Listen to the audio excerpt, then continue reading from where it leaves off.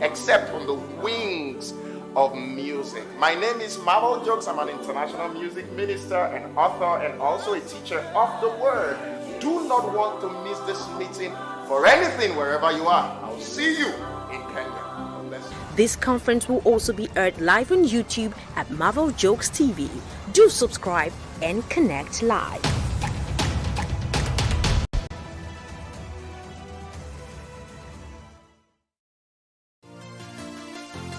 Yeah. Are you looking to turn your passion to purpose? Vera Beauty and Fashion College now brings you online classes at the comfort of your home. We are a TVET-approved institution with over 20 years experience in training competency-based courses in fashion design and creative arts, cosmetology, hairdressing, beauty therapy, interior design in soft furnishings, event decoration and flower arrangement, hospitality and catering, and training of trainers. To enroll, call us today on 0704 577 577 or visit our website at www.verabeautycollege.com. Vera Beauty and Fashion College, a center of excellence. Help me identify a beautiful womb. I never came across one till I got to Vera. Like, follow, subscribe, click the notification button. Join the Lookup TV movement now.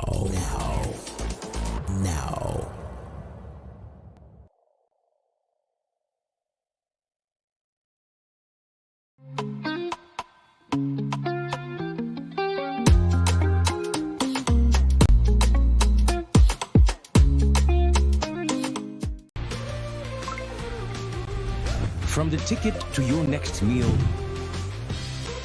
to your ticket to the next holiday, it's an easy way to ask for a boost when you're low. And keeping track of everything on the go. The future of money is simple, and it's here. Download the new M-Pesa app today.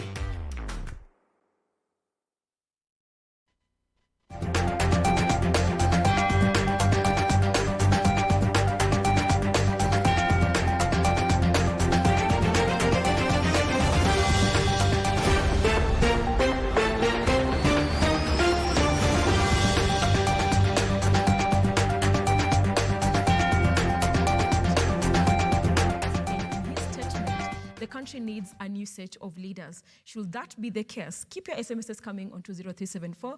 And this is Trending News. And as always, my name is Cecilia Lubanga. But first, let us look at the highlights. Abby, your 24/7 digital personal banker. Another digital innovation that gets things done. That's Africanacity. That's ABSA. Beefing up for the fight against corruption, the National Assembly Justice and Legal Affairs Committee commences a vetting exercise for nominees to replace 2 commissioners who resigned from the EACC in September.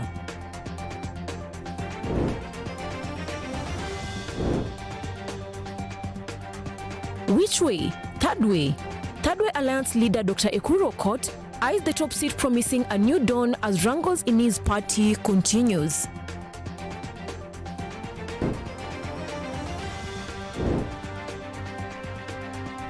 Domestic argument leads to death as a 75-year-old German man is found dead in Nyeri.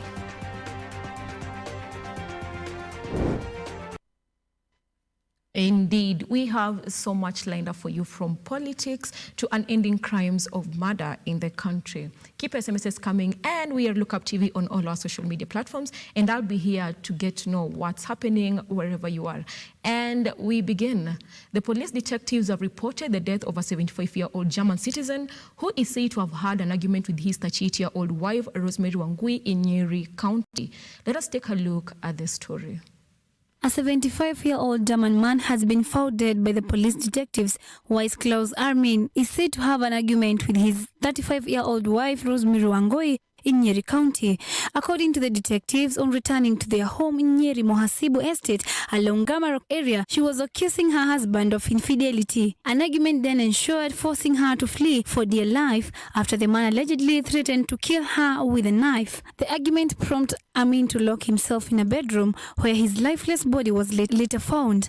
The relationship between two lovers in Nyeri ended up in tears when the police officers from Nyeri later arrived in the scene and broke into the bedroom where they found Amin's lifeless body hanging from a rope. Homicide experts took over the matter and have visited the scene and taken statements from various sources. The police are now waiting for the deceased kin to arrive from Germany for a post-mortem and Amin's body to be conducted in a bid to get the bottom of the matter. His wife was arrested by the detective for further investigations. The police requested all members of the public who might have any information in connection to the death of Amin to report to them.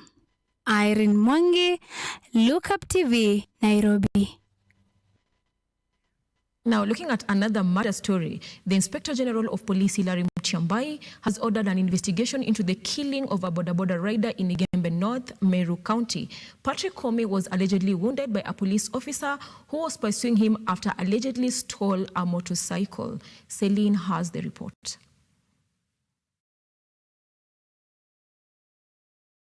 Allegedly stealing a motorcycle in Igembe North, Meru County. The Inspector General of Police, Hilary Mutyambai, has ordered an investigation following his death. Members of the public have been urged to remain calm and peaceful and allow for completion of investigations. According to Mutyambai, the outcome of the investigations that will be conducted by the Internal Affairs Unit will guide the next action to be taken against the officers involved. This came after the death of two Embu brothers, Emmanuel Mutura and Benson Jiru, whose bodies were found 2 days later at a local morgue in Embu County on August this year, while they were still in custody for defying the curfew rule. Their death led to the arrest and prosecution of 6 suspected police officers. Elsewhere, a family in Mombasa is appealing for help tracing a king who was allegedly arrested by unarmed men.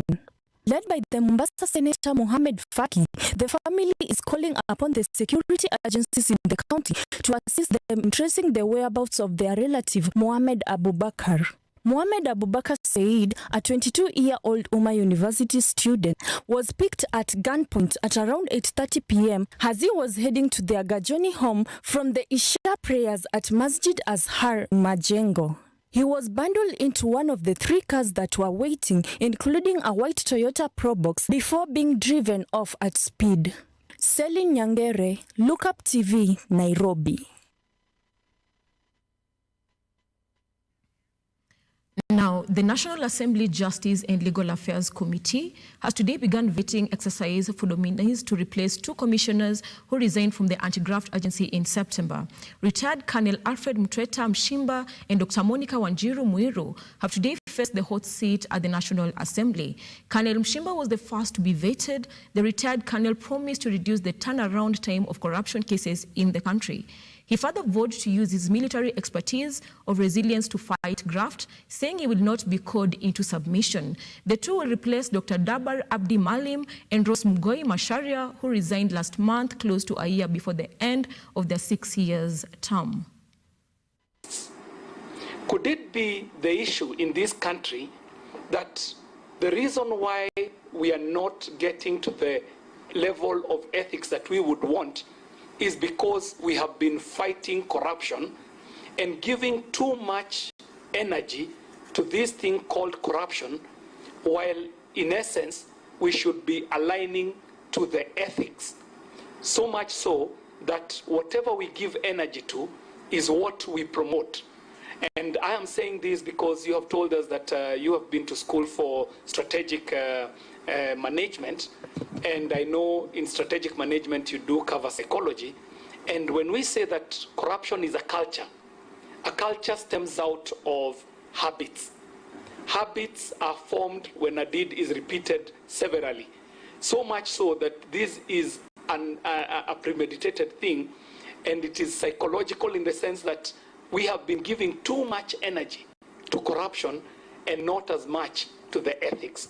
Do you think there is a reason why we should align ourselves to ethics more than we are giving energy to corruption? Thank you, Colonel. Thank you, Honorable Member Kiarie. You can answer several questions together. You can answer several. Okay, maybe I can take another one and then... if you are comfortable, you can take more. Maybe I can respond to his first. Yes, because there are three. With your permission, Chair. Yes. Okay. Okay. The first question is about the military. You call it militarization. How I can respond to this one is that, one, is that from where I came from, the Kenya Defense Forces, we have a number, very many civilians working there. Professionals, we have doctors, we have engineers, we have lawyers, and many professionals. And also there's a full-fledged civilian section. And most of our logistic units are also manned by some civilians. So what didn't happen in the past is now for people now coming from the defense forces, coming from this side of the civilian. Now, moving on to matters election, the Independent Electoral Boundaries Commission has awarded the tender for ballot papers and the voter registration for use in the 2022 general elections to Agric Farm at about 2.8 billion Kenyan shillings. David Kasembeli reports. The document shared by the Commission revealed that it settled upon Inform Lycos, as well as known as Hellas, as its provider for the materials in framework contract for 3 years. The Independent Electoral Boundaries Commission, in a notice to one of the bidders, say that Inform Lycos was the bid with the lowest evaluated responsive price at 7,172.85 euros, which is estimated to 921,326 Kenyan shillings for 3,000 ballot papers. The IEBC in the tender document say that considering the 6 elective positions in the general elections, the maximum quantity that shall be required is 117,600,000 ballot papers and a maximum of 180 million ballot papers. Lycons printed the ballot papers that were used in the Nigerian presidential election in 2019 and now is part of the Astricard Group. The documents revealed by IEBC shows that at least 14 firms participated in the tender, which has a huge bearing on the management of the upcoming elections. Al Ghurair Printing and Publishing LCC was among the 13 firms that did not meet the cut for failing to meet the requirement for 40% local content. The Dubai-based firm's 2.5 billion Kenyan shillings tender award for ballot papers in 2017 was vehemently opposed by leaders of the defunct National Super Alliance, NASA. Among those that failed were United Printing and Publishing LCC, Go Inspire Solutions, Uniprint, a division of Inside Data South Pty, Aerovote Security Print and Electoral Supplies, Massa Printing Publishing, Toll Security Print Limited, Elams Products Limited, Africa Infrastructure Development Company, Seshasai Business Forms PVT Limited, and Kwanginsa Co Limited. Go Inspire was left out for failing to submit certified audited accounts for the years 2018, 2019 and 2020, as well as an audit certificate indicating the company's unqualified report. Uniprint missed the mark after failing to submit a certified ISO 1429 certificate for its equivalent for security printing from a recognized authority. Uniprint missed the mark after failing to submit a certified ISO 1429 certificate or its equivalent for security printing from a recognized authority. The same was the case with Aerovote Security Print and Electro Supplies. Massa Printing was locked out for failing to submit certified accounts for the 3 years to 2020 and the opinion of an independent auditor on the financial statements. Toll Security lost the bid for failing to submit the ISO 14298 certificate, the same being the case of Elams Products Limited, whereas Africa Infrastructure Development Company did not submit duly filed tender forms. Seshasai Business Forms PVT was knocked out of the bid for lack of local content plan, while Kwankinsa Co Limited did not pay the tender security of 20 million Kenyan shillings. As the commission awards the tender to the Greece company, IEBC has continued to record low numbers of the people turning up to register as voters ahead of the 2022 general elections. Naitwa Ivy Muthoni, Kawangware Ward. This is Dagoretti North constituency. Tunafanya hii registration ya the new voters wenye hawajai vote. Tulianza tarehe 4 Oktoba.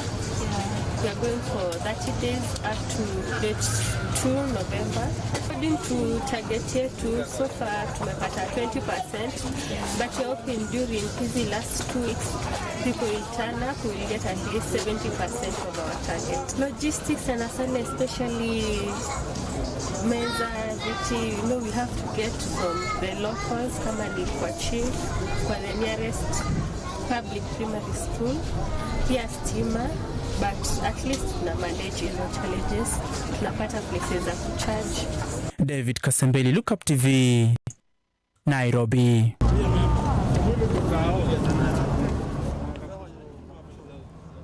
Kasembeli for that update. And Kasembeli's report takes us to a commercial break. Keep as this is coming on all our social media platforms at Look Up TV. And this is still trending news. Let me know what's trending wherever you are. Don't go too far.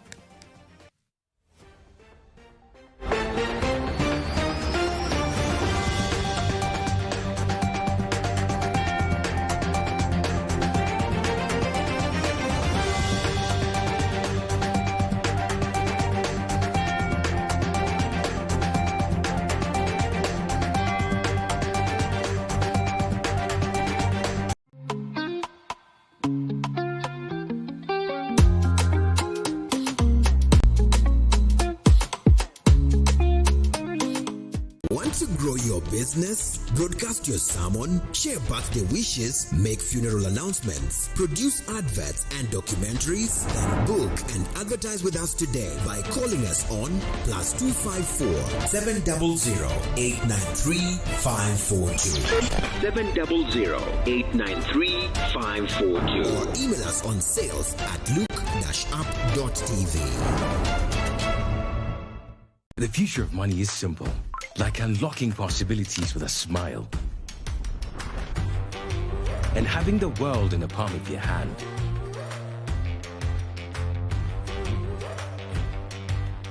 It's the ability to touch many lives at the same time and turn your dreams into reality. It's forgetting and still remembering. Simple is having everything that you love in one place. From the ticket to your next meal, to your ticket to the next holiday. It's an easy way to ask for a boost when you're low. And keeping track of everything on the go. The future of money is simple, and it's here. Download the new M-Pesa app today. Please make those payments and take dinner out the freezer. Enjoy your day off.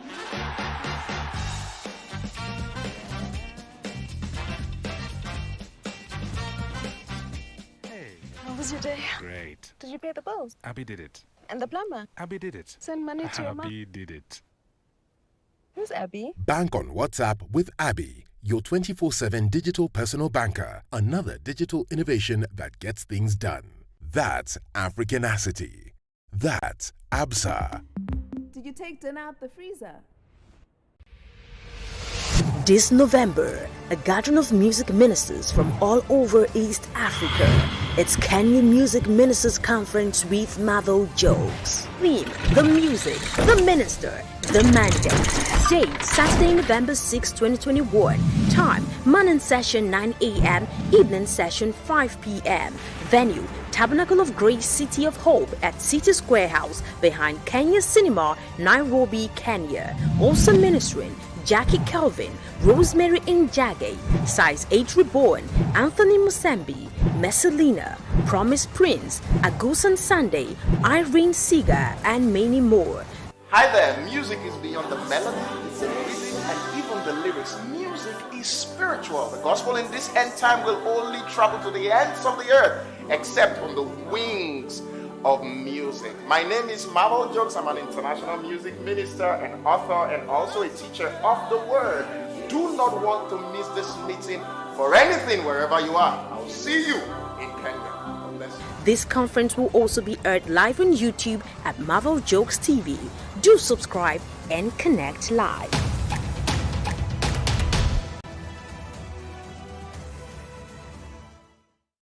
Like, follow, subscribe, click the notification button. Join the Look Up TV movement now.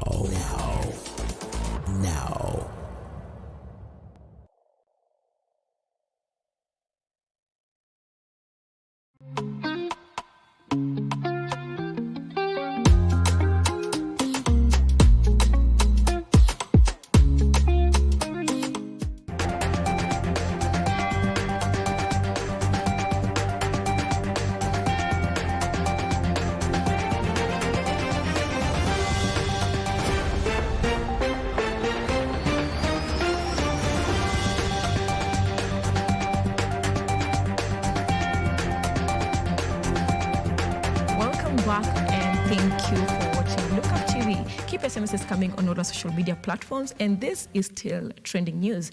Now, Third Way Alliance leader Dr. Ekuru Aukot has announced that he will be vying for presidency in the next year's elections. On a one-on-one interview on Look Up TV, Dr. Aukot said that the time has come for a new crop of leaders, according to him.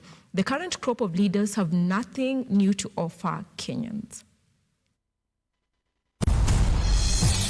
Third Way Alliance leader Dr. Ekuru Aukot has become the latest politician to throw his name in the hat in the race to succeed President Uhuru Kenyatta next year. Speaking on the Bottom Line KE show, which runs every Monday at 9 p.m. on Look Up TV, Dr. Aukot said that the current crop of leaders have nothing new to offer, and it was time for a new crop of leaders. Bring on the table. Tell me what new, other than saying this is Wakamba, this is our people and our tribe. Nothing. Tribal politics. Who is the other one? Of course, Gideon Moi. I said there's nothing to discuss about him other than just the name Moi. He's lucky that he had the name Moi, and that's all. Who else? Let's talk about you. I mean, are you running? Ekuru Aukot will run. 2022. Yes, I will run. So let's talk about you. Let's analyze you now. And I want Kenyans to look at my track record. Of all. Dr. Aukot, who is also a constitutional expert and participated in writing the current constitution, also commented on the state of the Constitution's Chapter 6 on leadership and integrity, as well as lawyer Miguna's citizenship question. His action of acquiring citizenship of another country under the old constitution automatically made him lose his citizenship. But he had the chance to regain his citizenship by merely applying. And if you recall, there's some immigration officer, if I'm not wrong. Is it Kamino? He should host Kamino here. Let Kamino himself, Mzee Kamino, tell you. He's a very senior lawyer in this country. They took papers, application papers to Miguna at the JKIA, and he told them. I keep on saying repeatedly in every show I go that one of the geniuses of Kenya's constitution is actually the fact that Kenyans said they want a certain type and character of leaders. And that's why we are the only country in the world, by the way, that has dedicated an entire chapter on leadership and integrity. Which we rarely follow. We rarely follow. So, Dr. Aukot's candidature in next year's polls, however, comes a few months after Third Way Alliance, through Secretary General Frederick Okango, announced that it would not be fielding a presidential candidate next year. The party has witnessed struggle since last year when it suspended Dr. Aukot as its leader. In December, the Registrar of Political Parties, Anne Deritu, gave her stamp of approval following a disciplinary process that led to Aukot's removal as Third Way leader. The wrangles have continued at the Political Parties Disputes Tribunal. Earlier this year, the party suspended Secretary General Frederick Okango, only for him to be reinstated by the tribunal in March. 2 months ago, the party suspended its national chairman and deputy party leader as Secretary General Okango accused them and other officials of joining hands with Dr. Ekuru Aukot to frustrate the party. However, yesterday, Dr. Aukot insisted that he remains the party leader of Third Way Alliance. By running for president in 2022, Dr. Ekuru Aukot would be offering an alternative for the second time since 2013. Calvin Kodalo, Look Up TV, Nairobi.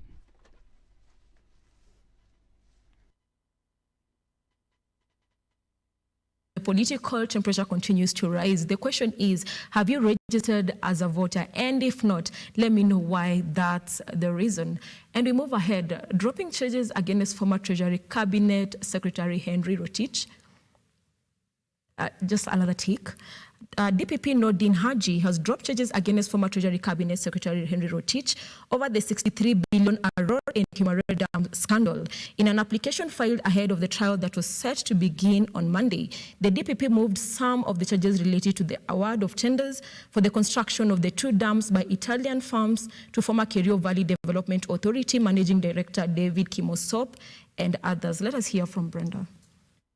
The Director of Public Prosecution, Nordin Haji, has dropped charges against Mr. Henry Rotich. The former Treasury Cabinet Secretary was set to begin trial on Monday over the 63 million Ara and Kimorar Dam scandal. The new charge sheet has moved some of the charges to Mr. Kimosop and senior officials of Kerio Valley Development Project who failed to comply with competitive bidding of the project's tender as required by Section 29 of the Public-Private Partnership Act. Mr. Rotich had initially been charged with engaging the collapsed Italian construction company CMC di Ravenna. The Italian firm went bankrupt months after receiving 7.2 billion shillings in advance payment for the non-existent project. The latest move by the DPP came in the wake of a petition filed in the High Court by Mr. Rotich, arguing that the charges against him were raised on wrong assumption that he was the one who initiated the projects. Mwashumbe Brenda, Look Up TV, Nairobi. Now, Kenya is set on conducting a test run with the purpose of serving motorists using the Nairobi Expressway, a project that will be fully operational in June 2022. Motorists will pay a fee of between 150 and 1,700, depending on the size of the vehicle and the distance covered. Let's look at more on the report. Is set to conduct a test run of the electronic toll fee collection for motorists using the Nairobi Expressway. Kenha announced today that its implementation team is constructing an operation and monitoring center that will assist to maintain and manage the highway. The center will be instrumental in running pilot projects on the electronic toll collection systems by Kenha. The pilot project will enable the implementation team to test the efficiency and security of the system. This is in accordance with the statement issued by the Director General, Engineer Kungu Ndungo, saying the operation center is 98% complete. Motorists planning to use the road will pay between 150 to 1,700 shillings, depending on the size of the vehicle and the distance covered. Kenya further said that the expressway is said to be fully operational in June 2022. Currently, it is 67.3% complete. The agency allowed motorists to use complete sections of the road mid-September this year, such as sections at the Southern Bypass Junction and sections along Imaradaima to ease traffic. Today, Kenya has opened previously closed sections between Mlolongo and Jomo Kenyatta International Airport. Half of the newly built road from Westlands to James Gishuru Road was open for public use as contractor works towards completing the highway by the end of October this year. More sections will be open towards the end of October, according to the Director General. Motorists have, however, been told to expect traffic at General Motors roundabout, where the agency is demolishing an old footbridge. This will as well be witnessed at University Way and Bunyala Road roundabout. Cecilia Lubanga, Look Up TV, Nairobi. Now, in another story, the family of the slain Dutch billionaire Top Cohen has now petitioned the Judicial Service Commission seeking the removal of Justin Sakale Olenkantai from his capacity. Cohen's sister Gabrielle Khan Stanton filed a petition asking the Judicial Service Commission to relieve the judge from office for gross misconduct. VRU lawyer Dunstan Omari, Stratton says the response filed by the investigation officer laid bare the extent of the involvement and illegal and fraudulent dealings of the judge and his possible culpability in the murder of her late brother. She claimed that her late brother had never instructed the judge to transfer the said share of property, and it is evident that the transfer was unknown to him. Kantai this month obtained orders barring his arrest or prosecution in relation to the case. Cohen's sister insists that the judge had exhibited gross misbehavior as proven of him engaging in an extramarital affair with Sarah, Cohen's widow, who was at the time a married woman, while the judge himself is a married man. She further addressed the details of Judge Ole Kantai booking and checking into a hotel room at the Acacia Hotels in Kisumu with the said Sarah and spending 2 nights together. Stratton says it was gross misconduct for the judge to be intimate with Sarah despite knowing that she is a married woman and by extension a central figure in an ongoing criminal trial. She has accused the judge of a further act of gross misconduct, saying he assisted Sarah Wairimu write and edit her statement under inquiry regarding the disappearance of her brother. In her petition, Stratton argues that this amounted to an abuse of the office of the judge, as he evidently was interpreting the active police investigations and was an accessory to the fact of murder. The judge is also alleged to have cancelled Sarah to procure a fake power of attorney in February 2019. Stratton says Clause 7, subsection 14 of the Judicial Code of Conduct and Ethics provides that a judge shall not practice law by offering legal advice or drafting pleadings for litigants or members of the public, whether for a fee or free of charge, while the holder of a judicial office. She also believes the action of the judge to draft the witness statements for the accused persons, Sarah Wairimu, as shown by their email correspondence, is a breach of the clause and should occasion the removal of the judge from office. According to court papers, in a further breach of the above clause and in further demonstration of the gross misconduct on the part of the judge, he admits in his statement under inquiry made to the DCI that he hosted the accused person, Sarah, in his official chambers at Nyeri in February and March 2019 and discussed with her an active divorce case filed by Cohen at Milimani Commercial Courts. She also claims that the judge violated Clause 5 of the same code that bars him from making comments on a matter that is likely to come before him, claiming that he edited and coached Sarah on her statement under inquiry with a view of corruptly affecting the outcome of the trial in which she is charged with murder. 71-year-old Tob Cohen was found dead in a septic tank at his home 2 months after he went missing. His wife Sarah Cohen is the main suspect in the businessman's murder. Waris Kimathi, Lookup TV in Nairobi. Now we look at cryptocurrency, where the Central Bank of Kenya has begun a research on importance of cryptocurrency in efficient payment systems in the country. The report by Absa Finance Index 2021 says that the national banking regulator joined other African central banks in nations like South Africa, Morocco, and Eswatini, among other nations, to research on digital currency transactions on the continent in facilitating retail payments.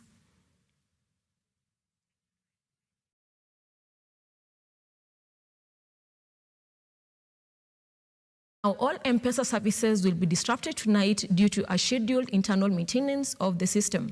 Safaricom said the disruption will affect all transactions offered by the mobile banking platforms. The maintenance is scheduled to take place starting today at 11:59 p.m. to Wednesday, October 20th at 4 a.m. Muguru Kimani has more. In a notice issued on Monday, Safaricom said the Tuesday night disruption scheduled for internal maintenance of the service systems will affect all the transactions offered by the mobile banking platform. Safaricom added that the maintenance scheduled to take place tonight from 11:59 p.m. to Wednesday, October 20th at 4 a.m. will also affect the purchase of airtime from customers' M-Pesa's accounts. The telecommunications giants further noted that they are constantly investing and innovating M-Pesa to ensure that they are continuing meeting their needs of their customers as well as supporting their partners in their business ambitions. This comes after detectives from DCI arrested a man on Sunday who vandalized Safaricom telecommunications equipment calculated to be over 2 million shillings. According to the DCI, Lenny Nganga, who has been masquerading as a Safaricom engineer, was arrested by police and the equipment confiscated. Nganga is said to have been carrying out illegal maintenance mission and had gained access to transmitter station in Murang'a after convincing the guard to let him in. Safaricom now says the timing of this maintenance activity has been planned to result in the least of inconvenience to their customers. Mugoro Kimani, Lookup TV, Nairobi. We have come to the end of trending news this evening, but before I wrap up this bulletin, I'd just love to highlight some of your comments. And I'm seeing Hebrew Zolan saying, EACC should vet and select independent people because they have been doing a bad job in terms of putting leaders to task on corruption. Then Filamu Yakimathi is saying, tuned in from Trending News in Nairobi, EACC is not doing a great job. David Kasembeli says, watching live from Lavington, good job Cecilia, looking amazing. Then I'm having Faith Kipchumba says Dr. Okot is an exemplary leader with sober ideologies. He needs support to take this country to the next level. And have you registered as a voter, Faith? I really hope you have. Then I'm looking at Nelly Andrew saying, watching closely from Mombasa Road. Sad story there from Nyeri. Indeed, it's a sad story. Joy Mark says Kimorer and Aurora Architect is a wasted opportunity that should have transformed the Rift Valley. Then I'm having Calvin Kodalo saying a digital currency by the central bank is going to be really interesting. That is just among some of your many comments that's still streaming. But first of all, thank you so much for always keeping it locked on Lookup TV. But we'll still have so much lined up for you in terms of news at 7 p.m. during the Habari Kuu at 7 p.m. Otherwise, thank you so much for always watching. Until next time, goodbye.